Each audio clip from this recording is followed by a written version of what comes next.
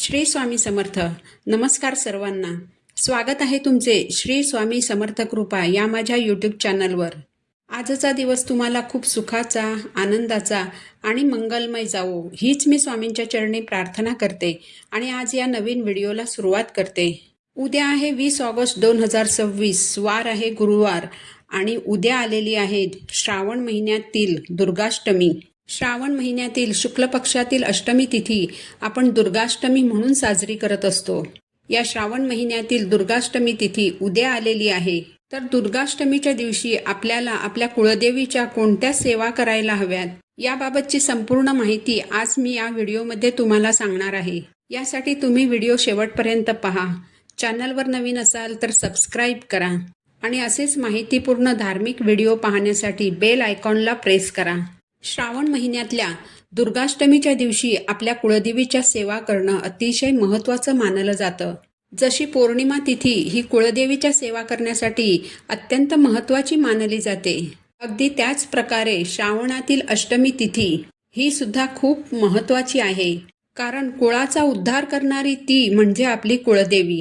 तीच आपल्या कुळाचं रक्षण करते, आपल्या वंशाचा उद्धार करते, आपल्या घराचं, कुटुंबाचं संरक्षण करते. म्हणूनच उद्या दुर्गाष्टमीच्या दिवशी आपल्याला आपल्या कुळदेवीच्या सेवा करायच्या आहेत. बघा, उद्याचा दिवस अजिबात वाया जाऊ देऊ नका. कुळदेवीच्या सेवा करायला चुकवू नका. श्रावण महिना हा अतिशय पवित्र महिना आहे. या महिन्यात केलेल्या सेवांचं आपल्याला दुप्पट पटीने फळ प्राप्त होत असतं. तर उद्या दुर्गाष्टमीच्या दिवशी आपल्याला कोणकोणत्या सेवा करायच्या आहेत? सगळ्यात पहिलं म्हणजे उद्या दुर्गा सप्तशतीचा पाठ करायचा आहे.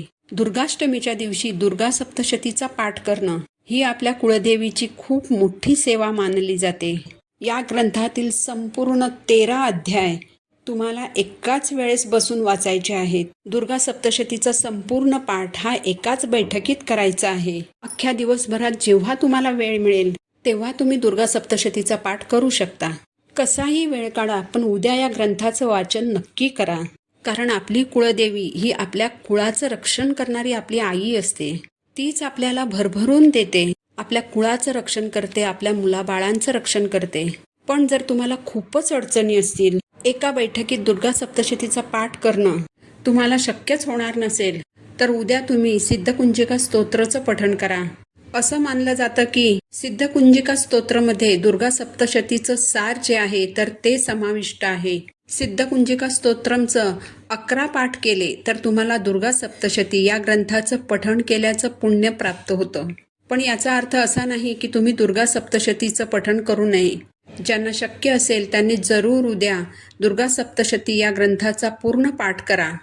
ज्यांना शक्य नसेल त्यांनी 11 वेळा सिद्धकुंजिका स्तोत्राचं पठण करा. सिद्धकुंजिका स्तोत्र वाचायला जास्त वेळ लागत नाही, म्हणून 11 वेळा पठण करायचा नक्की प्रयत्न करा.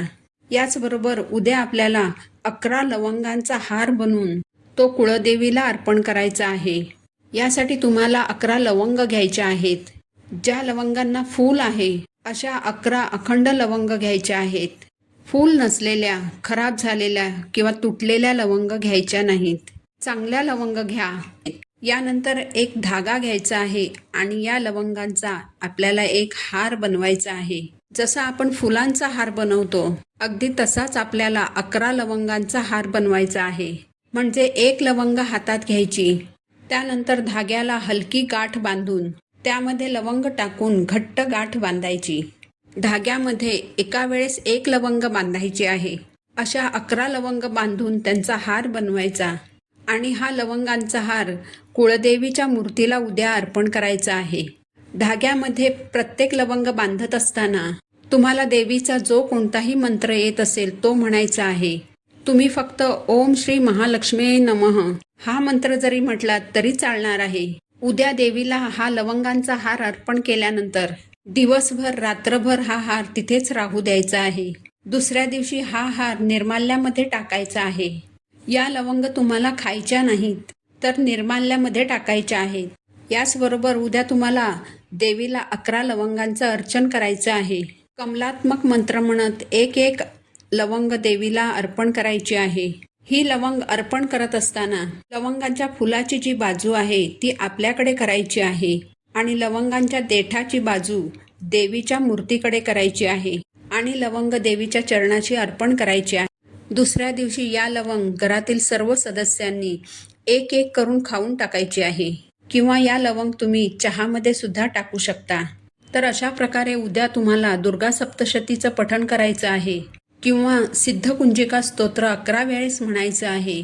11 लवंगांचा हार बनवून देवीला अर्पण करायचा आहे आणि देवीच्या चरणांवर 11 लवंगांचं अर्चन करायचं आहे. याचबरोबर तुम्हाला उद्या देवीच्या फोटोवर किंवा देवीच्या मूर्तीवर किंवा श्रीयंत्रावर किंवा यापैकी तुमच्याकडे काहीच नसेल तर लक्ष्मी स्वरूप एक सुपारी घेऊन त्यावर तुम्हाला कुंकुमार्चन ही सेवा करायची आहे. उजव्या हाताच्या 3 बोटात किंवा 5ही बोटांमध्ये कुंकू घेऊन या कुंकुवाने तुम्हाला तुमच्या कुळदेवीसाठी कुंकुमार्चन ही सेवा करायची आहे. तर उद्या या सेवा करायला चुकवू नका. हा एक दिवस असा आहे ज्या दिवशी तुम्ही तुमच्या कुलस्वामिनीच्या सेवा केल्यास तुम्हाला त्याचं दुप्पट फळ प्राप्त होईल. यामुळे तुमची कुलदेवता तुमच्यावर प्रसन्न होईल.